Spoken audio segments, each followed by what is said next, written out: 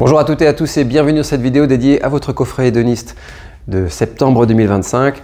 C'est un grand plaisir pour moi de reprendre un petit peu les vidéos et bien sûr d'attaquer cette année 2025-2026 avec vous, la 14e année de coffret chef-d'œuvre avec chaque mois des découvertes, du partage, des vidéos, du contenu, tout ce qui fait évidemment un petit peu voilà, les fondations de cette offre des coffrets. Et je suis heureux évidemment de pouvoir prolonger. Merci à tous en tout cas de nous accompagner dans cette aventure de chef-d'œuvre depuis tant d'années. On espère encore vous surprendre cette année et vous allez voir qu'avec le coffret hédoniste qu'on vous a concocté, ça va être le cas. Alors cette bouteille de Grüner Veltliner, c'est la deuxième cette année. Le Grüner Veltliner, c'est un cépage, je vous l'ai présenté il y a quelques mois dans une autre vidéo. C'est un cépage autrichien évidemment qui mérite un petit peu que les passionnés de vin s'y intéressent, particulièrement quand on parle des fameux rides, des crus et évidemment des parcellaires un peu premium de grands domaines dans ces appellations autrichiennes. L'Autriche, c'est un grand pays de vin, mais on n'a pas forcément en France la culture du Grüner Veltliner parce que c'est un cépage vraiment autochtone qui brille particulièrement dans les territoires de la région, mais qui n'a pas forcément un écho aromatique et singulier dans la tête de chacun. Et donc mon métier, c'est bien sûr de vous stimuler et de vous faire découvrir évidemment les grandes lectures de ce cépage.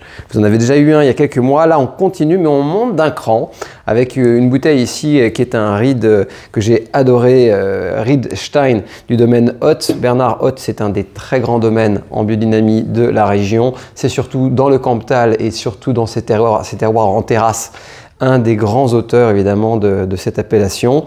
D'ailleurs, pour la petite anecdote, l'importateur à Bordeaux, Valadé Transandine, pour cette bouteille, eh bien, a découvert en fait ce domaine par les mots d'Emmerich Knoll, qui est un grand domaine, un domaine un peu légendaire dans la région. Et c'est lui qui a dit, si vous devez aller chercher d'autres grands Grüner Veltliner en Autriche, pardon, allez les chercher chez Bernard Ott, ça fait partie des très grandes signatures. Donc vous voyez, là vous allez déguster un grand domaine, un des grands domaines, une des grandes signatures. On pourra en citer plein d'autres, mais une des grandes signatures autour de ce cépage du Grüner Veltliner. Alors en Autriche, évidemment, ce cépage, on le connaît dans différents types de catégories. Il y a un petit peu à l'instar des vignobles classés en France, comme les fameux climats bourguignons ou les parcellaires, on a évidemment des crus qui ont une hiérarchie. En Autriche, les rides sont des parcellaires, sont des parcelles, des climats qui vont mettre en lumière un petit peu, à l'instar de premiers crus ou de parcellaires, par exemple en Côte-Rôtie, eh bien, la singularité structurelle, la géologie bien entendu, le microclimat et tout ce qui va composer un petit peu le terroir, très important maintenant dans la communication et surtout la vision de ces domaines en Autriche.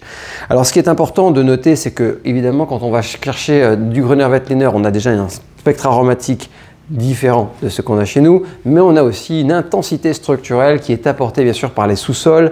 Et dans les sous-sols évidemment de la région, vous avez beaucoup de roches métamorphiques qui vont donner une forme d'énergie, de puissance, d'intensité et de concentration naturelle au cuvée. Alors le Grüner Veltliner, c'est un cépage qui peut être des fois un peu fermentaire, qui peut avoir ces arômes aromatiques de bière blanche, de fruits blancs, d'épices, de poivre blanc souvent. Mais ça, c'est la promesse de la jeunesse et souvent sur des cépages variétaux.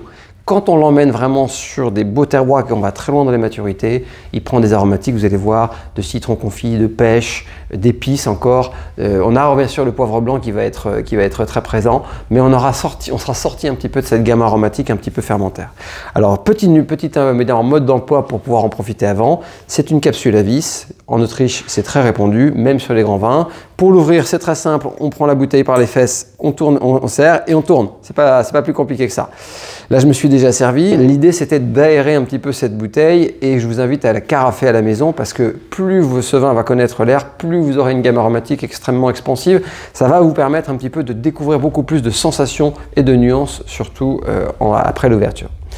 Alors on y va maintenant d'un point de vue olfactif et aromatique. Vous allez voir cette cuvée. Alors ce qui est intéressant, c'est l'équilibre d'abord. C'est un vin qui fait 13 d'alcool. Le Grüner Veltliner sur les rides, il peut monter des fois un peu plus haut en structure. Il peut monter à 14, 14,5 des fois, surtout dans les fameux, ce qu'on appelle Smaragd, qui est une forme de hiérarchie dans la concentration des vins de la région.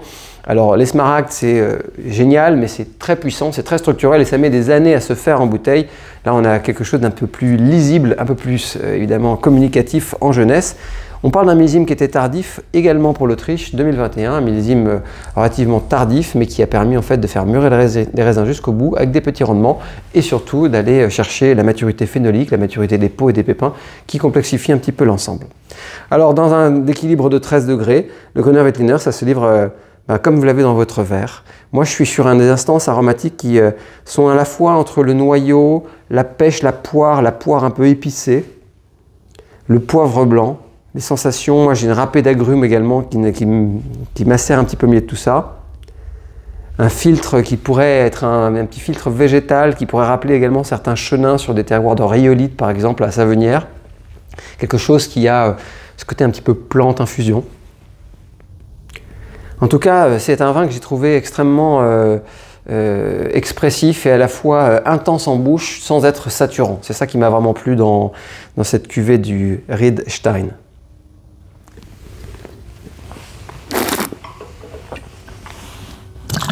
En bouche, je vous promettais un vin assez athlétique, mais sans être saturant. C'est exactement ça. J'ai adoré la conduction salivante, le caractère très dynamique de la bouche, malgré le volume d'attaque de bouche qui est relativement plein et assez sphérique, avec des petites notes d'éclat de pierre à fusil, des sensations un petit peu de fruits jaunes. On repasse par un peu la pêche, l'agrume, le citron confit. J'ai des sensations de plantes, d'épices. On a quelque chose d'un côté un peu cumin aussi qui vient se réveiller comme ça. En tout cas, c'est une gamme aromatique, vous me le concéderez, qui ne ressemble pas à un Chenin de Loire, qui ne ressemble pas à un Bourgogne blanc ou à un Riesling d'Alsace ou à tout ce que vous connaissez. Et évidemment, ça fait partie de cette promesse des coffrets hédonistes pour pouvoir découvrir des nouvelles sensations, des nouveaux cépages, tout en restant sur un certain niveau de jeu, un certain niveau de qualité. Et j'espère que cette bouteille de Riedstein vous le communique. Voilà, alors évidemment c'est un blanc de gastronomie, de puissance, d'intensité structurelle. Ça appelle des plats qui ont un petit peu voilà, de saveur. Moi j'aime beaucoup marier avec les Grüner Veltliner, les volailles pochées, avec des fois des reliefs, des petites mayonnaises épicées ou des choses avec des fois des gels d'agrumes. Quelque chose qui puisse être un petit peu en phase avec la sensation proposée. Tous les poissons de rivière sont très efficaces également avec. On aime bien marier l'omble chevalier, les choses comme ça. Ça marche très très bien également avec les fromages, dites-le vous. Surtout les pâtes un petit peu pressées ou alors des pâtes affinées avec des fleurs, avec des épices, avec des choses comme ça. Les gruyères, les Appelshälzer, pardon, j'ai écorché le nom. Pardon pour nos amis suisses. On a aussi des possibilités assez larges sur les champignons. Vous pouvez faire des mariages assez intéressants entre les Grüner Veltliner. Alors là, c'est encore un petit peu jeune, 2021, mais quand vous allez travailler un petit peu les cèpes de rentrée et que vous avez un Grüner Veltliner qui a 7-8 ans, vous pouvez faire des très beaux mariages dessus. Voilà pour cette bouteille de Grüner Veltliner. Alors évidemment, ça fait partie de ces paysages sensoriels qui sont un petit peu nuancés. On reviendra le mois prochain, je vous promets, sur des choses beaucoup plus établies, beaucoup plus connues. Mais permettez-moi, avec un petit peu d'audace, d'avoir été un petit peu là encore pour vous challenger dans votre découverte. Et on espère évidemment que ces flacons vous a plu. Sur ces mots, je vous remercie de votre présence pour cette vidéo et vous dis à très vite pour la suite. Je vous retrouve donc pour la deuxième bouteille de votre coffret hédoniste du mois de septembre 2025. Et je vais vous parler un petit peu dans le leaflet de votre coffret de ce thème de pierre et de lieu. Le premier, la pierre, vous l'avez compris, c'était les roches métamorphiques qui accueillaient ces Grüner Veltliner, qui donnaient beaucoup d'intensité, beaucoup d'énergie. Là, vous allez voir un petit peu comment, évidemment, ce massif un petit peu spécial, granitique, très particulier du Beaujolais donne évidemment de l'intensité, de la puissance et à la fois de la grâce à évidemment cette appellation Moulin à Vent. Je suis très heureux de retrouver dans ce coffret d'ailleurs l'œuvre d'Édouard Parinet au château du Moulin à Vent. Un domaine qu'on a suivi sur quelques millésimes avec une très forte progression aromatique, en finesse, en structure et bien sûr un grand millésime qui coiffe une cuvée, c'est la cuvée classique du domaine dans ce coffret, mais notez-le, en tout cas, les parcellaires, les lieux-dits du domaine sont extrêmement solides sur cette vendange et donc il faudra, en tout cas pour les amateurs de Beaujolais, de Moulin à Vent particulièrement, et qui ont du tempérament et évidemment beaucoup de messages à donner, avec un potentiel de garde certain, eh bien il faudra regarder un petit peu ça de plus près. En tout cas, Je suis content de remettre cette bouteille dans ce coffret. Elle était présente il y a quelques années sur le millésime 2017, un millésime qui avait été à l'époque sur Moulin à Vent absolument détérioré totalement par une grosse tempête, mais qui avait miraculeusement livré un vin assez évanescent, assez fin, assez gourmand. Et bien là, on renoue avec un vin un peu plus sérieux, mais quelque chose de très équilibré. Alors, j'aime pas trop les millésimes trop chauds dans le Beaujolais parce que des fois, avec la vendange entière, ça va donner des vins assez compacts et il faut pouvoir lire à travers. Là, j'ai trouvé qu'il y avait de l'équilibre, du fruit, de la grâce, des fleurs, plein de choses. Enfin, en tout cas, une finesse qui m'excitait, en tout cas pour les papilles. Et je voulais partager ce coup de cœur avec vous. Alors, je vous invite à évidemment plonger un petit peu dans la fiche du vin sur le site de Chef d'Œuvre. Vous aurez tous les petits détails techniques. Je vais aller à l'essentiel avec cette vidéo qui est la dégustation. Et je vais surtout commenter un petit peu d'un point de vue aromatique et structurel ce qui vous attend. Allons-y. Alors, vous voyez, moi j'aime bien ce genre de couleur-là. Hein. C'est un rubis un peu appuyé, mais on peut encore lire à travers. C'est fluide. On sent que c'est bien dynamique.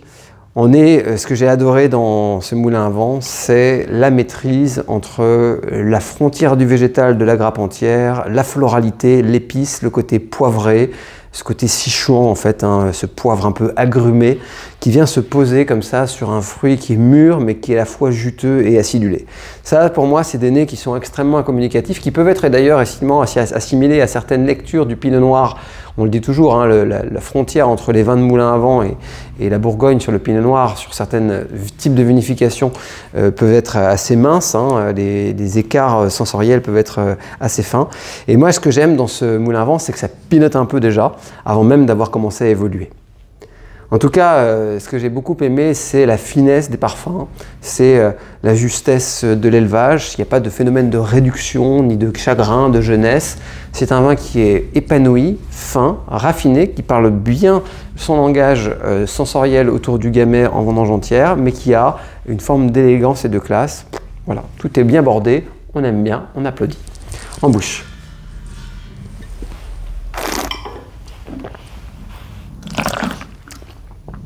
Alors vous voyez que c'est un vin qui est à la fois sur une maturité de peau, de pépins, qui ne crée pas de carence. On a quelque chose d'extrêmement juteux, assez suave.